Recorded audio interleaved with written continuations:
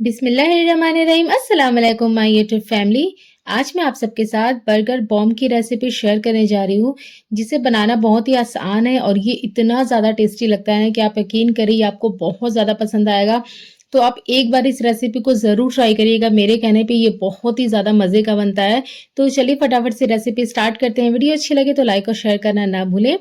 सबसे पहले हम एक बोल में ले लेंगे उबले और मैश किए हुए आलू। आलू को मैंने बॉयल करके ठंडा करके मैश कर लिया था, 4 मीडियम साइज के। इसके बाद इसमें जाएंगे boiled and shredded chicken, 100 grams है ये। और इसके बाद इसमें जाएगा चॉप किया हुआ अनियन, हाफ कप। बारीक कटा हुआ प्याज आपको डालना है। साथ ही में ऐड करेंगे स्वीट कॉर्न, जिसे मैंने बॉयल कर लिया, ये भी हाफ कप है। सारे इंग्रेडिएंट्स की लिस्ट आपको नीचे डिस्क्रिप्शन बॉक्स में मिल जाएंगे। साथ ही में ऐड करेंगे बारीक कटा हुआ हरा धनिया। इसके बाद इसमें जाएगा बारीक कटा हुआ हरी मिर्च, 3 से 4 या फिर जितना भी आपको तीखा पसंद हो। 1 छोटा चम्मच भुना जीरा पाउडर, 1 छोटा चम्मच चाट मसाला, 1 छोटा चम्मच रेड चिली फ्लेक्स, आधा छोटा चम्मच ऐड करेंगे ऑरिगेनो, आधा छोटा चम्मच ऐड करेंगे इसमें काली मिर्चों का पाउडर। इसके बाद इसमें जाएगा लाल मिर्च 1 छोटा चम्मच, नमक ऐड करेंगे टेस्ट के अकॉर्डिंग। अब इन सारी चीजों को हम अच्छे से मिक्स कर लेंगे। इसे अच्छे से मिक्स करके आपको डो जैसा बना लेना है। और अगर आपको वीडियो थोड़ी सी भी अच्छी लगे ना तो प्लीज लाइक और शेयर करना बिल्कुल भी ना भूलें। तो देखिए सारी चीजों को मैंने अच्छे से मिक्स कर लिया है और अब हम इसकी बनाएंगे टिक्की। तो इस तरीके से आपको थोड़ा सा इसमें से पोर्शन लेना है और इस तरीके से पहले हम इसका बॉल बनाएंगे। बॉल बनाने के बाद हम इसे हाथ से फ्लैट कर देंगे। ये देखिए इस तरीके से आपको इसकी टिक्की बना देनी है। साइड साइड से भी आप इसे अच्छे से इवन कर लें। ये देखिए हमारी एक टिक्की यहाँ बन गई है। इसी तरीके से हम बाकी के भी बना लेंगे और अभी हम इसे साइड में रखते हैं। और अब हम यहाँ पर एक स्लरी बनाएंगे, जिसके लिए मैंने लिया है 1/4 कप मैदा, 1 TSP red chilli flakes, half TSP red chilli powder, salt लिया है मैंने हाफ टीएसपी। और थोड़ा थोड़ा करके आपको पानी ऐड करना है, जिससे कि मैदे में ना गुठली ना पड़े। और थोड़ा थोड़ा करके पानी ऐड करके इसकी एक मीडियम कंसिस्टेंसी की हमें स्लरी बनानी है, नहीं तो बहुत ज्यादा पतली करनी है, नहीं तो बहुत ज्यादा गाढ़ी करनी है। ये देखिए यहाँ पर मीडियम कंसिस्टेंसी की स्लरी जो है वो बन गई है। बिल्कुल ऐसी ही आपको भी रखनी है और इसे अभी हम साइड में रखते हैं। अब हम ब्रेड के राउंडर्स कट करेंगे। तो यहाँ पर मैंने ब्रेड स्लाइस ले लिया है और मैंने इसे ग्लास से कट किया है और ग्लास के साइज का ही मैंने टिक्की भी बनाया था, जिससे कि ब्रेड के साइज का वो हो जाए जो टिक्की है। आपको भी ये देख लेना है कि आप जिस भी साइज का कट कर रहे हैं उसी साइज का आपको टिक्की भी बनाना है। तो इस तरीके से ग्लास की हेल्प से हम इसके राउंडर्स कट कर लेंगे। ये देखिए इसी तरीके से आपको सारे ब्रेड के राउंडर्स कट कर लेने हैं।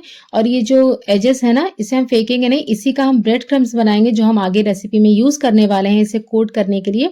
तो पहले आप सारे ब्रेड के राउंडर्स कट कर ले। उसके बाद आप ब्रेड को हल्का सा या तो टोस्ट कर ले या फिर ग्राइंड करके आप उसे हल्का सा गर्म कर ले पैन में, जिससे कि इसके अंदर का जो मॉइस्चर है ना वो खत्म हो जाए और आपका ब्रेड क्रम्स लंबे टाइम तक चलेगा। तो ये देखिए मैंने ना उसे पीस करके हल्का सा पैन में डाल के ड्राई रोस्ट कर लिया है, जिससे कि ब्रेड के अंदर का जो मॉइस्चर था ना वो खत्म हो गया और ये थोड़ा ड्राई हो गया है। ऐसा करने से आपके ब्रेड क्रम्स ना काफी लंबे टाइम तक, मतलब महीनों क्या सालों चल जाते हैं। तो इसे भी हम साइड में रखते हैं। सारी चीजें रेडी हैं। तो सबसे पहले हम एक राउंडर्स लेंगे यहाँ पर ब्रेड का। इसके ऊपर हम लगाएंगे यहाँ पर मेयो, 1 चम्मच आप लगा दें मेयो इसके ऊपर। इसके बाद हम इसके ऊपर रखेंगे चीज। तो यहाँ पर ये मैंने पिज्जा चीज लिया, आप कोई सा भी चीज ले सकते हैं। आपको कम ज़्यादा आपको जितना भी डालना है आप अपने हिसाब से डाल सकते हैं। क्वांटिटी आप चीज़ की कम ज़्यादा कर सकते हैं। इसके बाद हमने जो टिक्की बना के रखी थी ना वो हम यहाँ पे रखेंगे इसके ऊपर। इसके बाद ये जो दूसरी ब्रेड स्लाइस है इसके ऊपर हम लगाएंगे केचप। और इस वाले स्लाइस से हम इसको कवर कर देंगे। तो ये हमारा ये जो बर्गर का शेप है ना, ये देखिए आ जाएगा। हल्का सा आप इसे प्रेस करें, जिससे कि ब्रेड जो है वो टिक्की में अच्छे से चिपक जाए और हम इसे अच्छे से कोट कर पाएं और फ्राई कर पाएं। तो हल्के हल्के हाथों से आप प्रेस करें, ज्यादा आपको जोर नहीं देना है। हल्के हल्के हाथों से ये देखिए आप इसे प्रेस कर दें, जिससे कि ब्रेड में ना टिक्की अच्छे से चिपक जाए। और जब हम इसे कोट करें या फिर फ्राई करें तो ये अलग अलग होकर निकल ना जाए, ये चिपकी रहे आपस में। तो ये देखिए यहाँ पर स्लरी को आप एक बार अच्छे से मिक्स कर ले, क्योंकि मैदा जो है ना वो नीचे बैठ जाता है।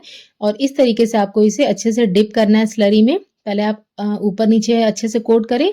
इसके बाद ये जो साइड साइड है ना आपको ब्रेड का, इसे भी आपको अच्छे से यहाँ पर डिप कर लेना है साइड साइड में, क्योंकि साइड साइड में भी हमें ब्रेड क्रम्स लगाने हैं। तो इसीलिए आप साइड साइड को भी अच्छे से स्लरी में डिप करें। और ये देखिए इस तरीके से आपको ब्रेड क्रम्ब से इसे कोट कर लेना है। पहले आप इसे ऊपर-नीचे से कर लें, उसके बाद इस तरीके से घुमा-घुमा के साइड-साइड को भी आपको अच्छे से कोट कर देना है ब्रेड क्रम्ब से। जैसे कि जब हम इसे फ्राई करें तो हमारा जो चीज़ है वो मेल्ट होके ज़्यादा बाहर ना निकले। थोड़ा बहुत निकल सकता है, आपको टेंशन लेने वाली कोई बात नहीं है, थोड़ा बहुत अगर निकलता है तो, लेकिन ज़्यादा नहीं निकलना चाहिए। तो आप इसे अच्छे से ये देखिए इस तरीके से आपको कोट करना है। अच्छे से ये कोट हो गया, इसी तरीके से बाकी के भी कोट कर लेंगे और अब हम इसे चलते हैं फ्राई करने की तरफ। तो गैस पर मैंने पैन में ऑयल रख दिया है। आपका जितना बड़ा पैन है ना, आप उसी हिसाब से इसे फ्राई करिएगा। अगर छोटा पैन है तो आप 1 या 2 ही डालें। तो अभी मैंने यहाँ पर सिर्फ़ 1 ही डाला है क्योंकि इसे फ्लिप भी करना था, ये काफ़ी बड़ा था। तो पैन के हिसाब से मैंने 1 ही डाला है ऑयल में और डालने के बाद आप इसे 2 मिनट के लिए ऐसे ही छोड़ दें। 2 मिनट बाद आप इसे फ्लिप करिएगा। जब ये एक तरफ से हल्के से गोल्डन ब्राउन हो जाएँगे तब हम इन्हें फ्लिप करेंगे। ये देखिए यहाँ पर एक तरफ से इस पे प्यारा सा कलर आ गया है, तो केयरफुली आप इसे धीरे से इस तरीके से फ्लिप कर दें, छींटा ना पड़े आपके ऊपर। और दूसरी तरफ भी हम फ्राई कर लेंगे जब तक कि अच्छे से गोल्डन ब्राउन नहीं हो जाते। तो ये देखिए यहाँ पर दोनों तरफ से इसके ऊपर प्यारा सा कलर आ गया है, तो चलिए अब हम इन्हें बाहर निकाल लेते हैं और इसी तरीके से हम बाकी के जो बर्गर बॉम्ब्स हैं उन्हें फ्राई कर लेंगे। आप देख सकते हैं साइड में से थोड़ी-थोड़ी सी चीज़ निकली है, तो टेंशन लेने वाली कोई बात नहीं है, थोड़ा बहुत निकलता है तो वो चलता है, लेकिन ज़्यादा नहीं निकलना चाहिए, वरना पूरा ऑयल गंदा हो जाएगा आपका। तो ये देखिए यहाँ पर हमारा जो बर्गर बॉम्ब है वो बनकर रेडी हो गया और आप यकीन करें ये इतना ज़्यादा मज़े का लगता है ना कि आप इसे बार-बार ट्राई करेंगे। एक बार ट्राई करने के बाद तो मैं आपको इसे कट करके दिखाती हूँ, इसके अंदर का जो टेक्सचर है वो कैसा है। ये देखिए बहुत ही ज़्यादा चीज़ी और टेस्टी बनता है। जितना ज़्यादा आप इसमें चीज़ डालेंगे ना, ये उतना ही ज़्यादा टेम्प्टिंग बनता है, आपके ऊपर है।